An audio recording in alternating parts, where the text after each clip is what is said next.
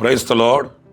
ప్రభు అయిన యేసు క్రీస్తు ప్రశస్త నామములో మీ అందరికీ హోసన్నా మినిస్ట్రీస్ తరపున హృదయపూర్వకమైన వందనాలు తెలియపరుస్తున్నాను. Praise the Lord. प्रभु यीशु मसीह के प्रशस्त नाम में आप सबको होसन्ना सेवकाई के तरफ से हार्दिक शुभकामनाएं हैं. దేవుని వాక్యం ద్వారా మీ అందరికీ చేరువ కావడం, మిమ్మల్ని అందరినీ ప్రభు సన్నిధిలో దేవుని వాక్యము చేత బలపరచడం అనేది దేవుడు నాకు అనుగ్రహించిన ధన్యతగా నేను భావిస్తూ ఉన్నాను. परमेश्वर के वचन के द्वारा आपके समीप पहुंचना, आप सबको परमेश्वर की उपस्थिति में परमेश्वर के वचन के द्वारा ताकतवर बनाना, ये परमेश्वर का दिया गया धन्यता है, ऐसे मैं मानता हूँ. మీతో మాకు, మాతో మీకు ఈ అనుబంధం వాక్యం ద్వారా కలిగించిన తండ్రి స్తుతింపబడును గాక. परमेश्वर के वचन के द्वारा आपसे हमको और हमसे आपको लगाव उत्पन्न करने वाला परमेश्वर की स्तुति हो. దేవుని వాక్యం ద్వారా మీకు చేరువైన ఈ శుభ గడియలు ఎంతో ఆనందదాయకమని నేను భావిస్తూ ये ఉన్నాను. शुभ समय जो परमेश्वर के वचन के द्वारा आपके समीप पहुंचाए गए हैं बेहद आनंददायक है, ऐसा मैं मानता हूँ.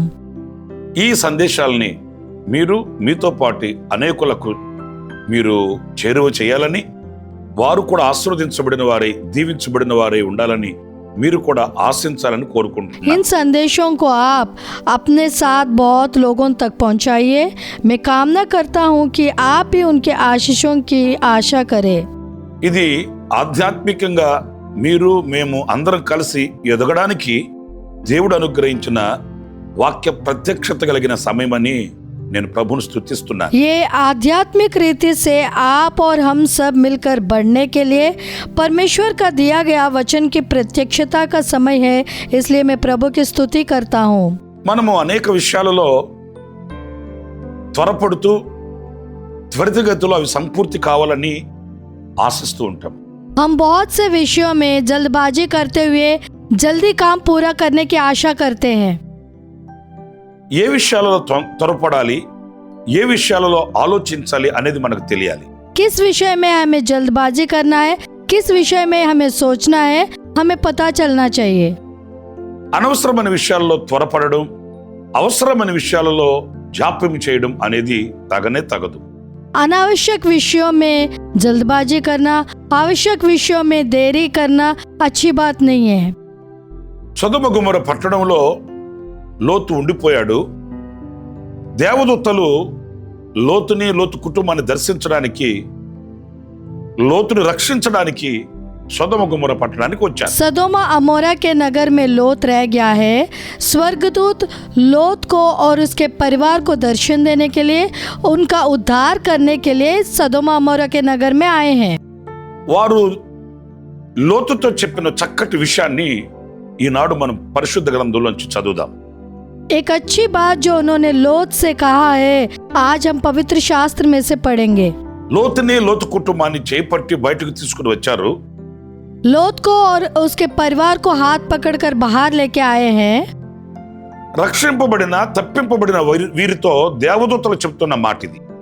उद्धार पाए हुए और छुड़ाए हुए उनसे स्वर्गदूत ऐसा कह रहा है.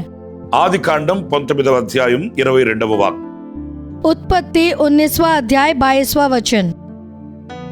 నీవు త్వరపడి అక్కడికి తప్పించుకుని పొమ్ము, నీవు అక్కడ చేరు వరకు నేనేమీ చేయలేనెను.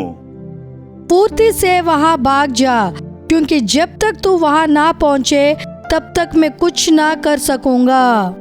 ప్రియులారా, ఈ వాక్య భాగంలో మనం గమనించినప్పుడు हे प्रियो, इस वचन को जांचने से నీవు త్వరపడి అక్కడికి తప్పించుకుని పొమ్ము, पूर्ति से वहाँ भाग जा. దేవుడు అతనిని కనికరించిన సమయము, కటాక్షించిన శుభ సమయం అది. परमेश्वर उस पे दया करने का शुभ समय था. భయంకరమైన ఉపద్రవంలో నుంచి, అగ్ని గంధకాలు కురిసే ఆ చోటు నుంచి దేవుడు అతనిని తప్పించి రక్షించాడు. भयानक उपद्रव से, आग के गंधक बरसने वाले उस स्थान से परमेश्वर ने उसे छुड़ाया और बचाया है. ఇది జాప్యం చేసే ఆలోచించే సమయాన్ని తీసుకునే సమయం కాదు ఇది.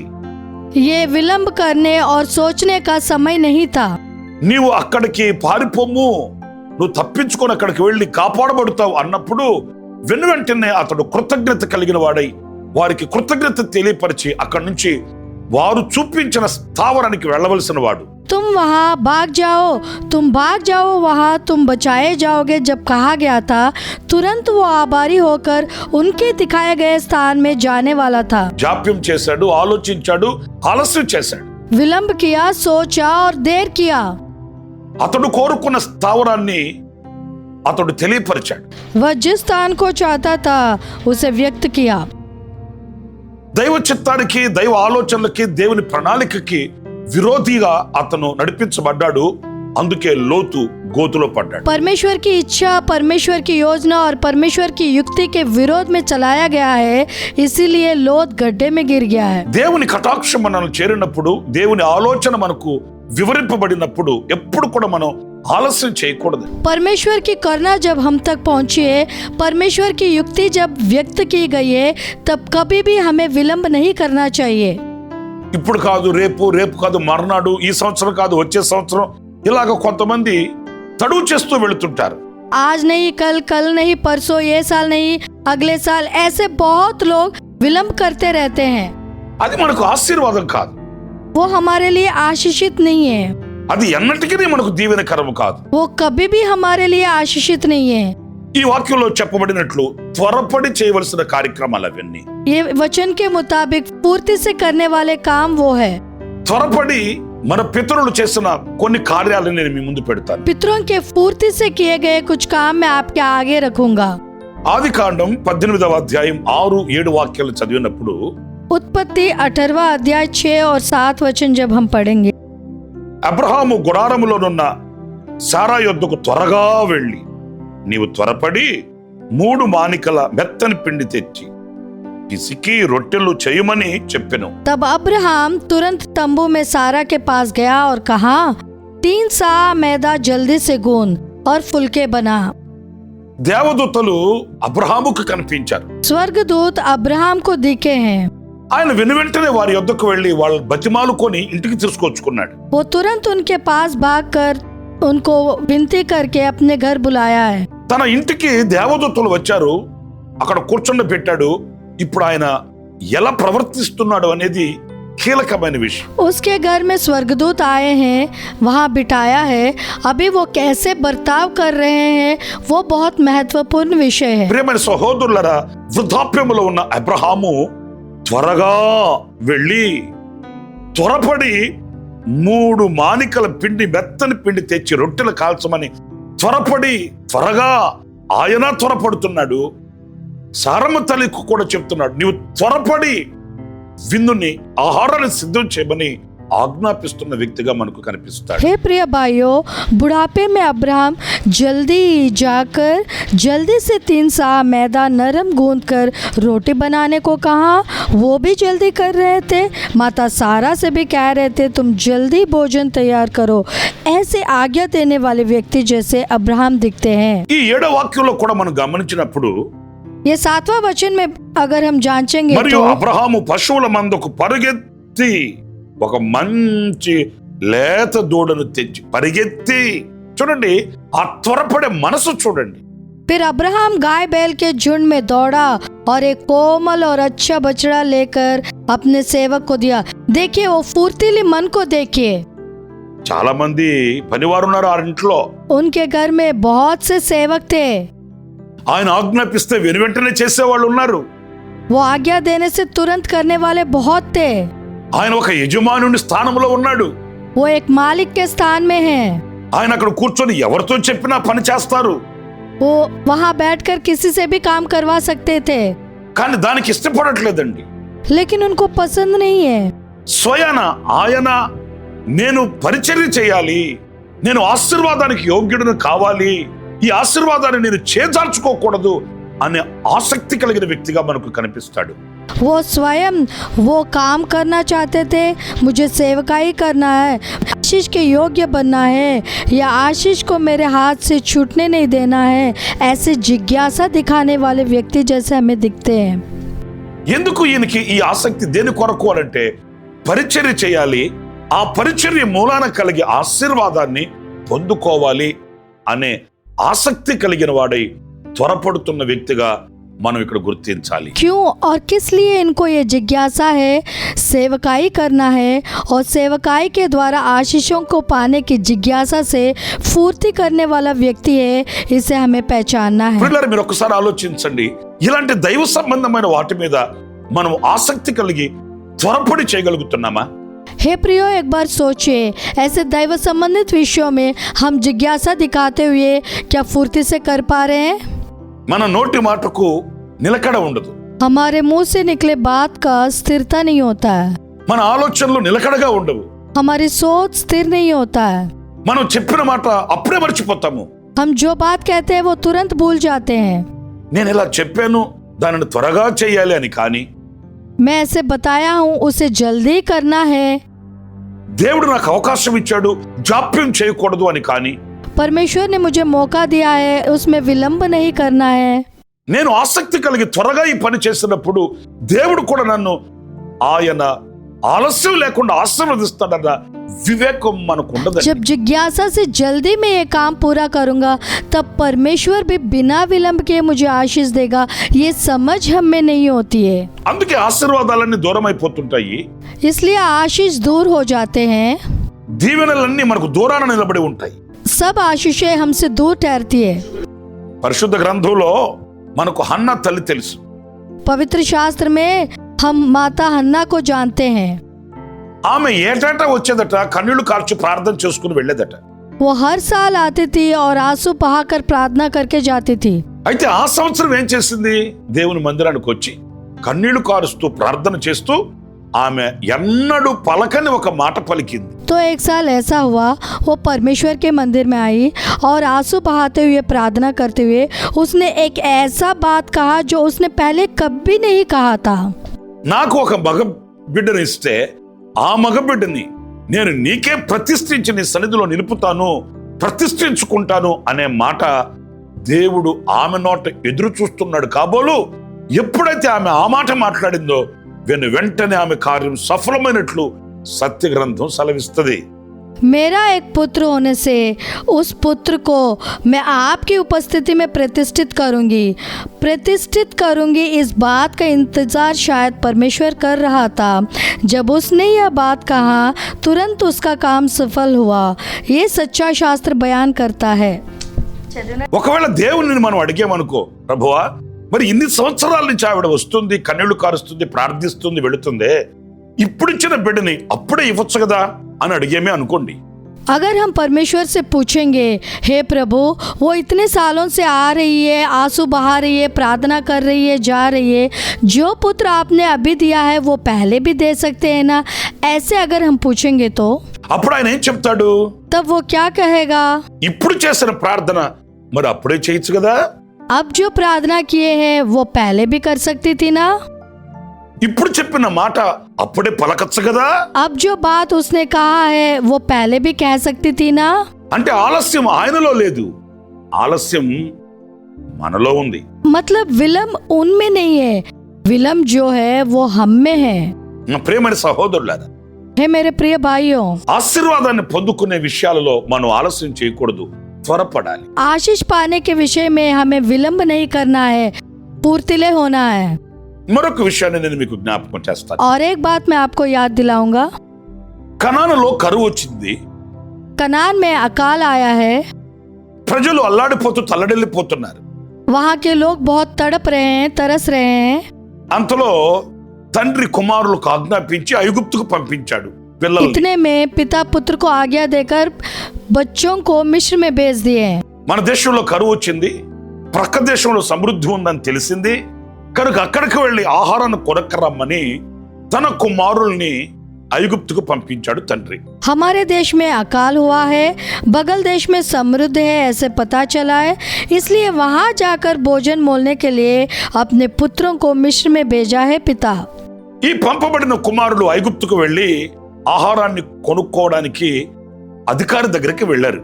ये भेजे गए पुत्र मिस्र में जाकर भोजन मोलने के लिए अधिकारी के पास गए हैं। ఈ సహోదరులలో ఒకడైన యోసేఫే, స్తోత్రం కలుగునుగాక. वहाँ का अधिकारी कोई और नहीं था, इन भाइयों में से एक यूसुफ ही था। परमेश्वर की महिमा हो। ఈ చరిత్ర మీకు అంత బాగా తెలిసిన చరిత్ర. ये इतिहास को आप अच्छी तरह जानते हैं।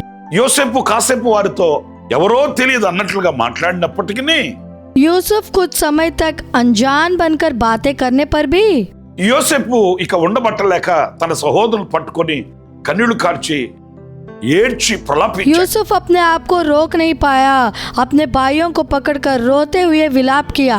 వారు ఒకరినొకరు గుర్తించుకున్నారు. కన్నీళ్లు మయమైపోయింది. ఆ తర్వాత యోసేపు తన సహోదరులతో చెప్తున్నాడు, वो एक दूसरे को पहचाने हैं रोते हुए। उसके बाद यूसुफ अपने भाइयों से कह रहा था। ఆదికాండం 45వ అధ్యాయం उत्पत्ति 45वां अध्याय 9వ వాక్యాన్ని నేను చదువుతున్నానండి. 9 पद में पढ़ूंगा। మీరు త్వరగా నా తండ్రి యొద్దకు వెళ్ళి అతనితో, నీ కుమారుడైన యోసేపు దేవుడు నన్ను ఐగుప్తు దేశమంతటికి ప్రభువుగా నియమించెను, నా యొద్దకు రమ్ము, అక్కడ ఉండవద్దు. చూడండి ఈ వాక్య భాగంలో, अतः शीघ्र मेरे पिता के पास जाकर कहो, तेरा पुत्र यूसुफ यह कहता है कि परमेश्वर ने मुझे सारे मिस्र का स्वामी ठहराया है, इसलिए तू मेरे पास बिना विलंब किए चला आ। యోసేపు తన సహోదరులతో చెప్తున్నాడు, यूसुफ अपने भाइयों से कह रहा था, మీరు త్వరగా నా తండ్రి యొద్దకు వెళ్ళి तुम शीघ्र मेरे पिता के पास जाकर నేను ఐగుప్తు దేశాన్ని ఏలుతూ ఒక అధికారిగా ఒక ఉన్నత స్థానములో ఉన్నానని తెలియపరిచి, मैं मिस्र देश में एक उच्च अधिकारी के स्थान में हूँ, ये बात बताकर నా యొద్దకు త్వరగా తీసుకొని రమ్మని ఇక్కడ సెలవిస్తున్నట్టు మనకు కనిపిస్తుంది. तुम मेरे पास बिना विलंब किए चले आने की आज्ञा देना यहाँ हम देख सकते हैं। ఎందుకు త్వరగా తండ్రి యొద్దకు వెళ్ళి తండ్రిని తీసుకొని త్వరగా నా యొద్దకు రమ్మంటున్నాడు? शीघ्र पिता के पास जाओ, पिता को लेकर शीघ्र मेरे पास आओ, क्यों ऐसे कह रहा था? కరువు విలయతాండం చేస్తుంది. अकाल भयंकर तबाही मचा रहा था। ఆకలి దప్పులు తీర్చుకోలేని ఆకలి చేత అల్లాడిపోతున్నారు. भूख और प्यास को मिटा नहीं पा रहे थे, भूख से तड़प रहे थे। చూద్దాంలే, देखेंगे, వెళదాములే, जाएंगे, ఆలోచిద్దాంలే, सोचेंगे, నలుగురు సలహా తీసుకుందాంలే, 4 लोगों की सलाह लेंगे। అలా జాప్యం చేయడానికి ఇది సమయం కాదండి. ऐसे विलंब करने के लिए ये समय नहीं है। ఇక కన్నీళ్లు కార్చిన కాలం చాలు, बस हो गया आंसू बहाना, ఇబ్బంది పడిన కాలం ఇక చాలు. बस हो गया ये परेशानियाँ।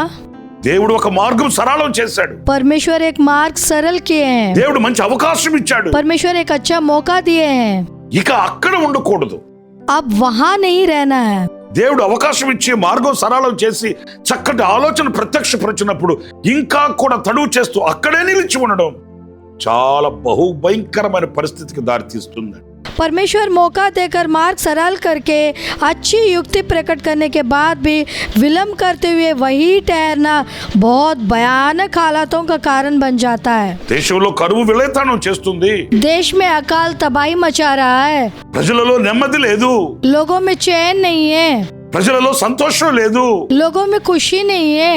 కన్నీరు అన్నపానములుగా భుజిస్తున్నటువంటి కష్ట పరిస్థితులు ఎదురయ్యాయి. आंसुओं को खान पान बनाने का मुश्किल मुसीबत परिस्थितियों का सामना करना पड़ा।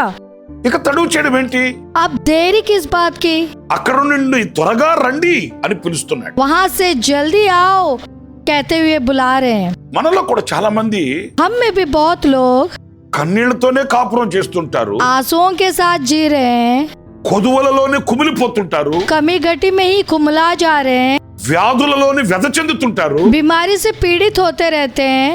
కానీ ఎందుకో కానీ దేవుడు వారికి చూపించే మార్గంలోనికి రారండి. पर पता नहीं क्यों परमेश्वर का दिखाए हुए मार्ग में वो नहीं आते हैं। దేవుడు వాళ్ళ ఆకలి తీర్చాలని, వాళ్ళని పోషించాలని, వారిని వారి పిల్లల్ని సుభిక్షతో ఉండాలని ఆయన ఎంత గొప్ప ప్రణాళిక సిద్ధపరిచినా కూడా ఆ చోటు విడిచి కదలి రారే. परमेश्वर उनका भूख मिटाने के लिए, उनका पालन पोषण करने के लिए, वो और उनके संतान संपन्नता से जीने के लिए कितनी बड़ी योजना तैयार करने पर भी वो अपनी जगह छोड़ के नहीं आते हैं। నా ప్రియమైన సహోదరులారా, వారు అక్కడి నుంచి వచ్చారు. యోసేపు వారికి రాజుగారితో మాట్లాడి గోషెను అనే ప్రాంతాన్ని ఇచ్చాడు. ఎంత సౌకర్యంతో, ఎంత సమృద్ధితో గోషెనులో వాళ్ళు విస్తరిస్తూ వచ్చారని దేవుని వాక్యం సెలవిస్తుంది. हे मेरे प्रिय भाइयों, वो वहाँ से आए हैं। यूसुफ राजा से बात करने के बाद उनको रामसेस प्रदेश दिए हैं। कितनी सुकून और कितनी समृद्धि से वे रामसेस में फैलते गए हैं, ये परमेश्वर का वचन कहता है। ఈనాడు ఆ పిలుపే నిన్ను చేరుతుంది. आज वो बुलाहट तुम्हारे पास पहुँचा है। ఆ పిలుపే నిన్ను రమ్మని కోరుతుంది.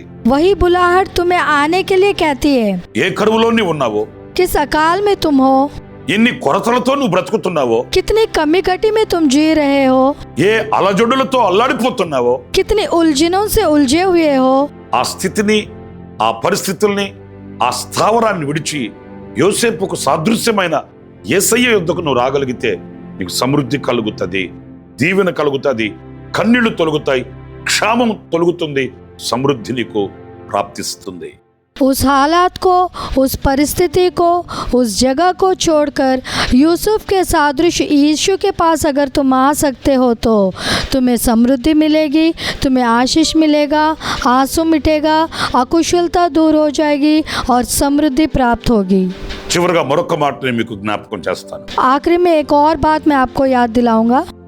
ఫిలిస్తీయులు ఇశ్రాయేలీల మీద ఎప్పుడు దండెత్తుతూ ఉండేవాళ్ళండి. फलिस्तियों हमेशा इजरायलियों पर चढ़ाई करते हुए आए हैं। ఈ ఫిలిస్తీయులకు శత్రువు అంటూ ఒకరు ఉన్నారు అంటే దేవుని బిడ్డలుగా పరిగణింపబడిన ఇశ్రాయేలీలు. ये फिलिस्तियों का अगर कोई शत्रु है तो वो इजरायली जो परमेश्वर के संतान है। ఆనాడు దావీదు రాజుగా ఉన్నాడు. ఈ ఫిలిస్తీయులు దావీదు మీద దండెత్తి వచ్చారు. उस समय दाऊद राजा था और ये फिलिस्तियों दाऊद पर चढ़ाई किए हैं। దావీదుకు ఉన్న ఒక మంచి అలవాటు ఏంటంటే ఏది చేయదలిచినా మొదట ప్రభు దగ్గరికి వెళ్ళి ఆయన ఆలోచన కోరుకుంటాడు, ఆయన నడిపింపును ఆశిస్తాడు. दाऊद की एक अच्छी आदत यह है कि वो जो कुछ करना चाहता है पहले प्रभु के पास जाकर उनकी युक्ति की इच्छा करता है और उनकी अगुवाई की आशा करता है। ఈ విషయాన్ని ప్రభు దగ్గర అడిగినప్పుడు ప్రభు అన్నాడు, నీవు వారిని ఎదిరించు, నీకు జయమిస్తాను అని చెప్పాడు. ये विषय जब प्रभु से मांगा तो प्रभु ने कहा तुम उनका सामना करो, मैं तुम्हें जय दूंगा। ఆ రీతిగానే దావీదు వాళ్ళని ఎదిరించి జయాన్ని పొందాడు. उसी रीति से दाऊद उनका सामना करके जय पाया। అంతటితో ఈ చరిత్ర ముగిసిపోయిందా? उससे क्या ये इतिहास खत्म हो गया? ఈ శత్రువులు మరలా కూడా దావీదు మీద దండెత్తి వచ్చారు. ये शत्रु फिर से दाऊद के ऊपर चढ़ाई करने लगे। సమస్యలు అనేవి ఒకనాటితో సమస్య పోయేవి, ఇక రావు అనేది ఏమి కాదండి. समस्या जो है एक बार में सुलझने वाली नहीं है और ऐसा नहीं कि फिर से नहीं आएगी। ఇవి ఎల్లకాలము మనల్ని ఎదురుస్తూనే ఉంటాయి, మన ఎదుట నిలుస్తూనే ఉంటాయి. ये हमेशा हमारे सामना करते ही रहती है, हमारे सामने ही रहती है। శత్రువు అయిన అపవాది ఎప్పుడు మన మీద కక్ష కట్టి కఠినాత్ముడై మన మీద దాడి చేస్తూనే ఉంటాడు. शत्रु शैतान हमेशा हम पर दांत पीसते हुए कठिनता से हम पर आक्रमण करता रहता है। మనం అలసిపోయి సొలసిపోయి సొక్కిపోయి సమస్యలిపోయి ఈ సమస్యలు మరలా మరలా మరలా మరలా తలెత్తుతున్నాయి ఏంటి అని మనం విసిగిపోకూడదండి. हम तक कर शिथिल होकर कुमला कर अचेत होकर ये समस्या बार बार उभर रहे तो इससे हमें उबना नहीं चाहिए। ఎప్పుడైతే ఈ ఫిలిస్తీన్లు మరలా దావీదు మీదకి దండెత్తారో మరలా దావీదు ప్రభు దగ్గర ఆలోచన కొరకు వెళ్ళాడు. जब फलिस्ती दाऊद के ऊपर फिर से आक्रमण किए हैं तो दाऊद फिर से प्रभु के पास विचार के लिए गया है। చూడండి, గతంలో నేను ప్రభుని ఆలోచన అడిగాను, ఆయన నాకు తోడుగా ఉంటారని ఎదిరించమని చెప్పాడు కనుక మరలా మనం ఆయన దగ్గరికి వెళ్ళి ప్రార్థించి ఆలోచన అడగవలసిన అవసరం లేదు అని పొరపడలేదండి దావీదు. देखिए बीते दिनों में मैं प्रभु से विचार किया, वो मेरे संग रहेगा, उनका सामना करने के लिए कहाँ है, तो फिर से उनके पास जाकर प्रार्थना करते हुए उनका विचार पूछने की जरूरत नहीं है, ऐसे गलतफहमी में नहीं था दाऊद। అలవాటుగా आदत से, ఆచరణగా आचरण से అడుగులు వేయడానికి ఇష్టపడలేదండి. कदम उठाना नहीं चाहता था। మరలా ప్రభు దగ్గరికి వెళ్ళి ఆలోచన అడిగాడు. फिर से प्रभु के पास जाके विचार करने लगा। ఇప్పుడు ప్రభు దావీదుతో ఏం చెప్తున్నాడు? अब प्रभु दाऊद से क्या कह रहा है? సమూయేలు రాసిన 2వ గ్రంథం समूएल की दूसरी पुस्तक 5వ అధ్యాయం 24వ వాక్యాన్ని చదువుతున్నానండి. 5वां अध्याय 24वां वचन में पढ़ रहा हूँ। కంబళి చెట్టు కొనలను చప్పుడు వినగానే ఫిలిష్తీయులను హతము చేయుటకై యెహోవా బయలుదేరుచున్నాడు గనుక అప్పుడే నీవు త్వరగా బయలుదేరవలెనని సెలవిచ్చెను. और जब तूत वृक्षों की फुनगियों में से सेना के चलने की सी आहट तुझे सुनाई पड़े, तब यह जानकर फुर्ती करना कि यहोवा पलिश्तियों की सेना के मारने को मेरे आगे अभी पधारा है। దేవుడు దావీదుతో చెప్తున్నాడు, प्रभु दाऊद से कह रहा है, ఈ సమస్యలు మరలా తలెత్తుతూనే ఉంటాయి. ये समस्याएं बार बार उभरते ही रहते हैं। శత్రువు మౌనంగా కూర్చొని ఉండేవాడేమీ కాదు. शत्रु चुपचाप बैठने वाला नहीं है। తనదైన శైలిలో నీపై విరుచుకుపడుతూనే ఉంటాడు. उसकी शैली में वो तुम्हारे ऊपर चढ़ाई करते ही रहेगा। ఇప్పుడు నువ్వేం చేస్తావు? अब तुम क्या करोगे? కంబళి చెట్టు క్రిందకి వెళ్ళి కూర్చో, तूत वृक्ष के नीचे जाके बैठो, ప్రశాంతంగా ఉండు, चैन से रहो, కలవరపడవద్దు. मत घबराओ। ఏం జరుగుతుందో ఏమవుతుందో అనే ఆందోళన అవసరమే లేదు. क्या होने वाला है, क्या होगा कहते हुए घबराने की जरूरत ही नहीं है। ముందు నీ మనసుని కుదుటిపాటు చేసుకో. पहले तुम अपने मन को शांत करो। మనసులో ఉన్న కలవరాలన్నీ తీసివేసేయి. मन में जितने घबराहट है सब निकाल दो। ప్రశాంతంగా నిమ్మలంగా నువ్వు స్థిరంగా ఉండు. चैन से और सुकून से तुम स्थिर रहो। నేను వస్తాను, నేను బయలుదేరి వచ్చుచున్నప్పుడు ఆ కంబళి చెట్ల చప్పుడు, ఆ కొనల ఆకుల చప్పుడు వినగానే నీవు త్వరపడి బయలుదేరి రావాలి. मैं आऊंगा तब तूत वृक्षों की फुनगियों में से चलने की सी आहट जब तुझे सुनाई पड़े, तब तुम्हें तुरंत फुर्ती से निकल कर आना है। అంటే దావీదు ఇప్పుడు దేవునితో కూడా కలిసి యుద్ధ రంగంలోకి వెళ్ళబోతున్నాడు. मतलब दाऊद अब परमेश्वर के साथ मिलकर रणभूमि में जाने वाला है। గతంలో దావీదు ఒక్కడే వెళ్ళి యుద్ధం చేశాడు. बीते दिनों में दाऊद अकेले जाकर युद्ध किया था। ఇప్పుడు అలా కాదు, अब ऐसे नहीं है, దేవునితో కలిసి వెళ్ళి చేయబోతున్నాడు. परमेश्वर के साथ मिलकर करने वाला है। ఇక శత్రువు మీద ఘన విజయం కలగకుండా ఏం కలుగుతుందండి? अब शत्रु के ऊपर शानदार जीत नहीं तो और क्या हासिल करेगा? అది కూడా ఈ వాక్యంలో మనం గమనిస్తే वो भी इस वचन में अगर हम जांचेंगे तो అప్పుడే నీవు త్వరగా బయలుదేరవలెను. అప్పుడే तब यह जानकर फुर्ती करना, तब ఆయన బయలుదేరి వచ్చుచున్నాడు గనుక ఆయన బయలుదేరినప్పుడే మనం బయలుదేరాలి. वो निकल के आने वाला है, जब वो निकल के आएगा तभी हमें निकलना है। అప్పుడు గనక మనం ఆలస్యం చేసేమనుకోండి, अगर हम विलम्ब करेंगे तो విజయం మనకు కలగదండి. तब हम विजय प्राप्त नहीं करेंगे। ఆయన బయలుదేరినప్పుడు మనం నిద్రావస్థలో ఉండి, जब वो निकलेंगे तब अगर हम भारी नींद में होने से, ఆయన కార్యాన్ని ప్రారంభించినప్పుడు మనము మనుషులను ఆశ్రయించి ఉండి, जब वो अपने काम शुरू कर चुके होते हैं तब हम मनुष्यों पर भरोसा रखकर, ఆయన గొప్ప తలంపులను చేయ ప్రారంభించినప్పుడు మనము లోక సంబంధంగా నడిపించబడుతూ, जब वो अपनी बड़ी योजनाओं की शुरुआत करते हैं तब हम सांसारिक रीति से चलाए जाते हुए ఇలాంటి ఆలస్యము ఇలాంటి జాప్యము మనలో పొడచూపిన నాడు మనం విజయానికి ఎంత మాత్రం అర్హులము యోగ్యులము కాదు అనే విషయాన్ని ఇక్కడ మనం గుర్తించాలి. ऐसी देरी और ऐसे विलम्ब जब हम में दिखेगा तब हम विजय के योग्य और पात्र नहीं है, इस बात को हमें पहचानना है। ప్రియులారా, ఈ రోజున విజయానికి మనం దూరంగా ఉండడానికి గల కారణం ఏంటి? हे प्रियो, आज हम विजय के दूर खड़े रहने की वजह क्या है?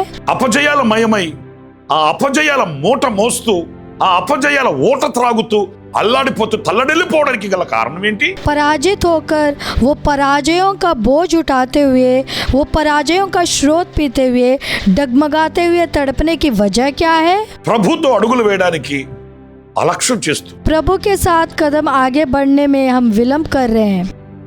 దేవునితో సాగి వెళ్ళడానికి జాప్యం చేస్తూ, प्रभु के साथ आगे बढ़ने में हम विलम्ब कर रहे हैं। దేవునితో అడుగులు వేయడానికి వెనకబడుతూ, परमेश्वर के साथ कदम आगे बढ़ाने में हम पीछे हटते हुए విజయానికి మనం దూరంగా ఉంటున్నామనే సత్యాన్ని మనం గ్రహించాలి. विजय से हम दूर ठहर रहे हैं, ये सच्चाई को हमें पहचानना है। ఇదిగో ఈనాడు ప్రభునితో మాట్లాడుతూ आज के दिन प्रभु आपसे बात कर रहे हैं। లోతులాగా ఆలస్యం చేయకు.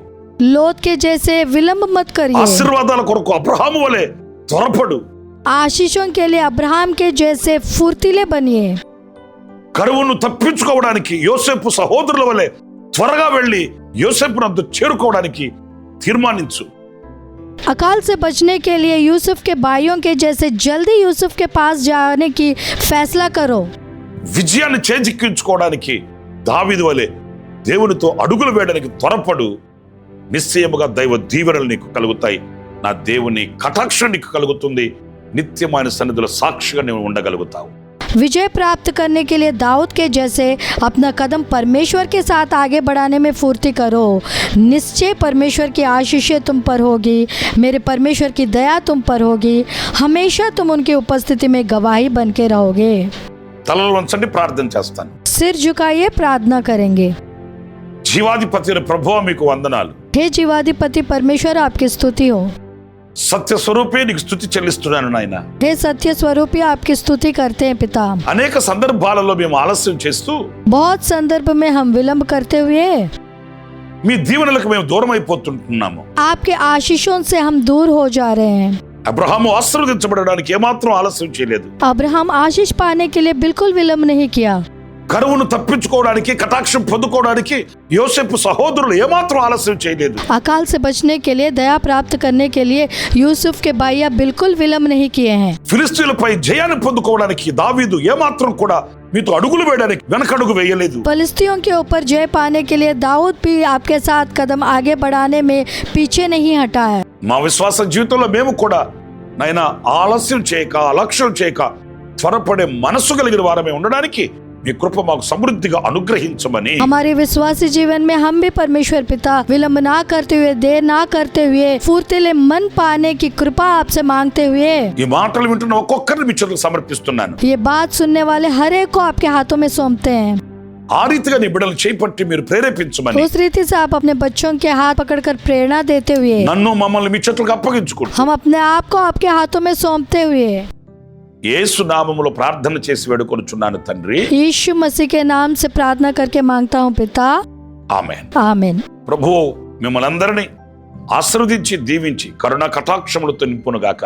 ఆమేన్. प्रभु आप सबको आशीष दे और उनकी करुणा और दया से आप सबको भरपूर करे। आमीन।